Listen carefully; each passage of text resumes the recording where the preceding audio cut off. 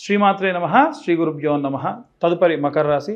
మకర రాశి వారికి సంబంధించి ద్వితీయ స్థానంలో రాహుగ్రహ సంచారము, తృతీయంలో శనిగ్రహ సంచారము, పంచమ స్థానంలో శుక్రగ్రహ సంచారము, అలాగే షష్టమ స్థానంలో గురుగ్రహ సంచారము, సప్తమ స్థానంలో బుధగ్రహ సంచారం, ఇవన్నీ కూడా ఉండడం వలన వీలైనంత వరకు కూడా ఈ రాశి వారికి సంబంధించి ఈ యొక్క నెలలో మిశ్రమ ఫలితాలు గోచరిస్తూ ఉన్నాయి.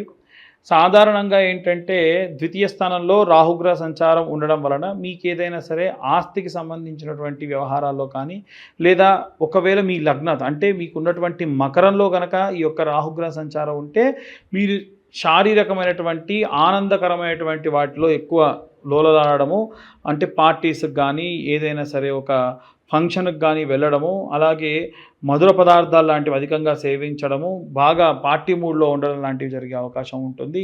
అలాగే ద్వితీయ స్థానంలో శనిగ్రహ సంచారం ఉండడం వలన ఆస్తి, ఎసెట్స్ ఇట్లాంటి వాటికి సంబంధించి కాస్త జాగ్రత్తగా ఉండడం మంచిది. ఆస్తికి సంబంధించిన విషయాల్లో ఎవరైనా సరే ఒక కొత్త వ్యక్తి వచ్చి తను జోక్యం చేసుకొని చెప్పడము, దానివల్ల మీకు ఏమైనా ఇబ్బందులు కలగడం లాంటివి జరిగే అవకాశం ఉంటుంది. అలాగే చతుర్థ స్థానంలో శుక్రగ్రహము లేదా పంచమ స్థానంలో గురుగ్రహం సంచారం చేయడం వలన కూడా వీరికి మిశ్రమ ఫలితాలు గోచరిస్తూ ఉంటాయి. ముఖ్యంగా ఈ నెలలో ఈ రాశి వారికి సంబంధించి జరిగేటువంటి పరిణామాలన్నీ కూడా అస్సలు ఊహించినటువంటి పరిణామాలు ఉంటాయి. మొత్తంగా అయితే ప్రథమార్థం, ద్వితీయార్థం, ఆఖరికి వచ్చేసరికి మీరు ఒక కంక్లూజన్కి వస్తారు, ఎటు తిరిగి నాకు లాభమే జరుగుతుంది. అంటే అప్పటి వరకు ఎలాంటి పరిస్థితుల్లో లేనటువంటి వారికి పరిస్థితులు మారడం, ఉద్యోగాలు రావడం, ఉద్యోగానికి సంబంధించినటువంటి పరిస్థితులన్నీ కూడా అనుకూలంగా ఉండడం, ఏదైనా వ్యాపారం ప్రారంభించి వ్యాపారం అనుకూలంగా ఉండడం, ఏదైనా దూర ప్రయాణాలు చేయడం, ఎవరైనా సరే మీకు ఎప్పటి నుంచో మీరు ఎవరి నుంచి అయితే సహాయం కావాలనుకుంటున్నారో వారు సహాయం చేయడం, ఎవరినైతే కలవాలనుకుంటున్నారో వారందరినీ కలవడం, ఇవన్నీ కూడా జరిగేటువంటి అవకాశం ఉంది. నవమ స్థానంలో కుజుడు మరియు కేతుగ్రహ సంచారం లేదా అష్టమ స్థానంలో కుజుడు కేతుగ్రహ సంచారం ఉంటే మ్యారిటికల్ అంటే ఎక్స్టర్నల్ అఫైర్స్ పెట్టుకునే అవకాశం ఉంటుంది. జాగ్రత్తగా ఉండాలి. కాస్త ఆరోగ్యానికి సంబంధించి జాగ్రత్తలు తీసుకోండి. డివోషనల్గా విపరీతమైనటువంటి పూజలు చేసేటువంటి అవకాశం ఉంటుంది. 12వ స్థానం ఏదైతే ఉందో ఆ 12వ స్థానంలో మీకు సూర్యుడు కానీ చంద్రగ్రహం కానీ వచ్చినప్పుడు మీరు ఏవైనా సరే సీక్రెట్స్ ఎక్కడైతే దాయాలనుకుంటారో అవి దాయలేక ఎవరికన్నా చెప్పేటువంటి అవకాశం ఉంటుంది. కాబట్టి జాగ్రత్తగా అనుకరిస్తూ అంటే అన్నీ కూడా జాగ్రత్తగా మీరు నిర్ణయాలు తీసుకొని మాట్లాడేటప్పుడు కూడా పొరపాటున మాట దొరికినా ఇబ్బంది పడేటువంటి అవకాశం ఉంటుంది. అలాగే ఇవన్నీ గోచార రీత్యా చెప్పేటువంటి విషయంలో మాత్రమే. పూర్తిగా మీ జాతకం విశ్లేషణతో కావాలంటే కింద ఉన్న నెంబర్కి కాంటాక్ట్ చేయండి. మీ పేరు, మీ date of birth, time, place ఇస్తే పూర్తిగా మీ జాతకం విశ్లేషణతో మీ దాకా రావడం జరుగుతుంది. అలాగే ఈ నెలలో ఎవరైతే రాజకీయ నాయకులు కానీ సినీ రాజకీయ రంగాల్లో ఉన్నటువంటి వారు ఉంటే కనుక పబ్లిక్ డొమైన్లో విపరీతంగా తిరిగే వాళ్ళు బాగా కీర్తి ప్రతిష్ట ఉండి బాగా దిష్టి తగులుతుంది. ఎంత సంపాదించినా సరే అంతా కూడా బూడిదలో పోసిన పన్నీర్లా అవుతుంది, లాభదాయకంగా ఉండట్లేదు, సేవింగ్స్కి వెళ్ళట్లేదు అనుకునేటువంటి వారికి లక్ష్మీ గణపతి అలాగే నరఘోష, నరదృష్టి యంత్రాలు ఉంటాయి. వాటి గురించి కింద ఉన్న నెంబర్కు కాంటాక్ట్ చేయండి. కరుంగలి మాల లాంటివి ధరించండి. మనకు ఉదాహరణకు మన ఇంటి చుట్టుపక్కల ఏదైనా సరే ఒక మూగ జీవాలు అంటే ఏ ఆవులో ఏ ఎడ్లో మన ఇంటి ముందు నుంచి వెళ్తున్నాయి అనుకోండి, మన ఇంటికి సరైన ప్రహరీ గోడ లేకుంటే ఏమవుతుంది? వాటికి ఏం తెలుసు, మన ఇంట్లో కూడా వచ్చేస్తాయి కదా. కాబట్టి మనకంటూ ఒక రక్షణ వలయాన్ని మనమే ఏర్పరచుకోవాలి. అప్పుడు ఖచ్చితంగా మీకు ఆ శక్తి లభిస్తుంది. ఇక అందరూ కూడా ఎలాంటి మంత్రపఠనం చేయాలి, ఎలాంటి రెమెడీస్ తీసుకోవాలనే విషయాన్ని ఇప్పుడు మనం తెలుసుకుందాం. ఈ యొక్క జూలై నెల చాలా ప్రాముఖ్యతతో కూడినటువంటి నెల. మనకున్నటువంటి ఇంగ్లీష్ క్యాలెండర్ లెక్కల ప్రకారంగా చూసుకున్నట్టయితే ఈ జూలై అనేటువంటిది 7వ నెల సంఖ్యగా వస్తుంది. అంటే సగభాగం వరకు కూడా సంవత్సరంలో పూర్తవుతుంది. ఒక విషయం ముఖ్యంగా చెప్పాలి అనంటే ఈ సంవత్సరానికి శాపం తగిలిందా అనేట్టుగా ఉంటుంది. ఎందుకంటే మన ఈ 2025వ క్యాలెండర్లో ఉన్నటువంటి డేట్స్, వీకెండ్స్ ఎలా ఉంటాయో 1941వ సంవత్సరానికి సంబంధించినటువంటి క్యాలెండర్ ఇయర్ అంతా కూడా యాజ్ ఇట్ ఈజ్ అలాగే ఉంటుంది. ఈ సంవత్సరంలో మనకు ఉన్నటువంటివి ఏవైతే జరిగినటువంటి డిజాస్టర్స్ ఉన్నాయో దీనికి రెట్టింపుగా 1941లో జరిగింది. అందున ముఖ్యంగా పర్ల్ హార్బర్ లాంటి బ్లాస్టింగ్స్ జరగడం కానీ, అలాగే ఉన్నటువంటి మన యొక్క వరల్డ్ వార్ 2 జరగడం కానీ, ఇలాంటివన్నీ కూడా చైనాలో 1500 మంది ఒకేసారి మాస్గా చనిపోవడం కానీ, ఇలాంటివన్నీ కూడా జరిగాయి. మనం ఈ సంవత్సరం చూసుకుంటే కాలిఫోర్నియాలో జరిగినటువంటి ఆ యొక్క అడవి అంతా కూడా తగలబడి ఎన్నో జీవులు చనిపోవడము, అక్కడి నుంచి మొదలై ముఖ్యంగా మన భారతదేశంలో పెహల్గాం దాడి కానివ్వండి, రైల్వే యాక్సిడెంట్ కానివ్వండి, మొన్న రీసెంట్గా జరిగినటువంటి ఎయిర్ ఇండియా క్రాష్ కానివ్వండి, చాలా వరకు మాస్ సంఖ్యలో జనాలు చనిపోతూ ఉన్నారు. ఇదంతా కూడా గ్రహస్థితికి సంబంధించినటువంటి విషయం. కేవలం మనకు 6 నెలలు మాత్రమే పూర్తయింది, ఇంకా 6 నెలలు జరగబోతూ ఉంది. మన తెలుగు లెక్కల ప్రకారంగా అయితే ఇంకా మనకు 8 నుంచి 9 నెలల పాటు మన యొక్క తెలుగు క్యాలెండర్ అనేటువంటిది ఉంది. కాబట్టి జనాలందరూ కూడా చాలా జాగ్రత్తగా ఉండాలి. ముఖ్యంగా ఈ సంవత్సరంలో చూసుకున్నట్టయితే మనకు గతంలో గడిచినటువంటి రోజుల్లో షష్టగ్రహ కూటమి కానీ, పంచగ్రహ కూటమి కానీ, అలాగే శని తిరోగమనం కానీ, ఇవన్నీ కూడా మనం దాటుకుని వచ్చాం. అలా దాటుతూ ఇప్పుడు ప్రత్యేకంగా ఏంటంటే పలానా రాశి వారిని టార్గెట్ చేయడం అనేటువంటిది జరుగుతూ ఉంది.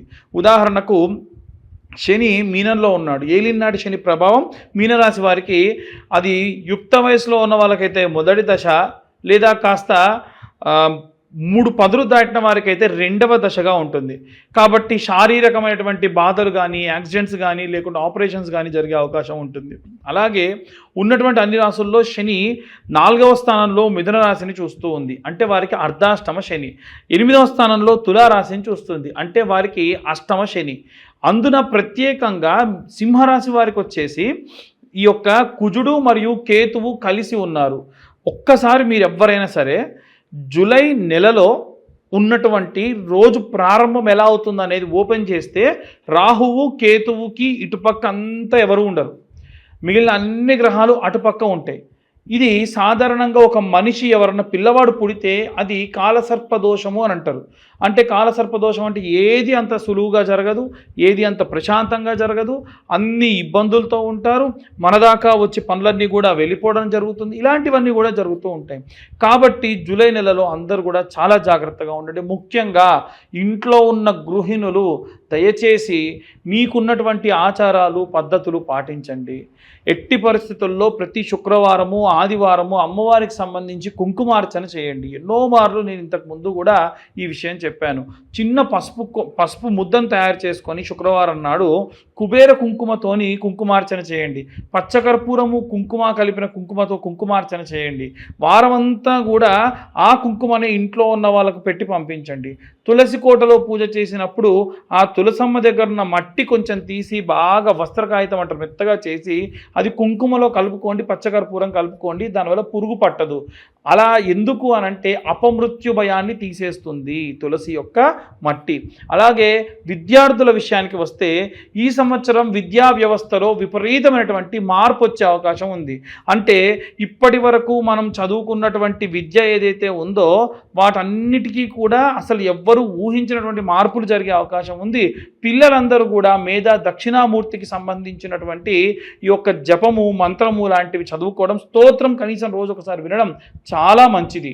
అలాగే ఎవరైతే ఉద్యోగస్తులు ఉంటారో అనవసరమైనటువంటి పోకడలకు పోయి ఉద్యోగాన్ని మారాలనేటువంటి దాని జోలికి పోకుండా వీలైనంత వరకు కూడా బృహస్పతి గ్రహానికి సంబంధించిన జపం చేసుకోండి.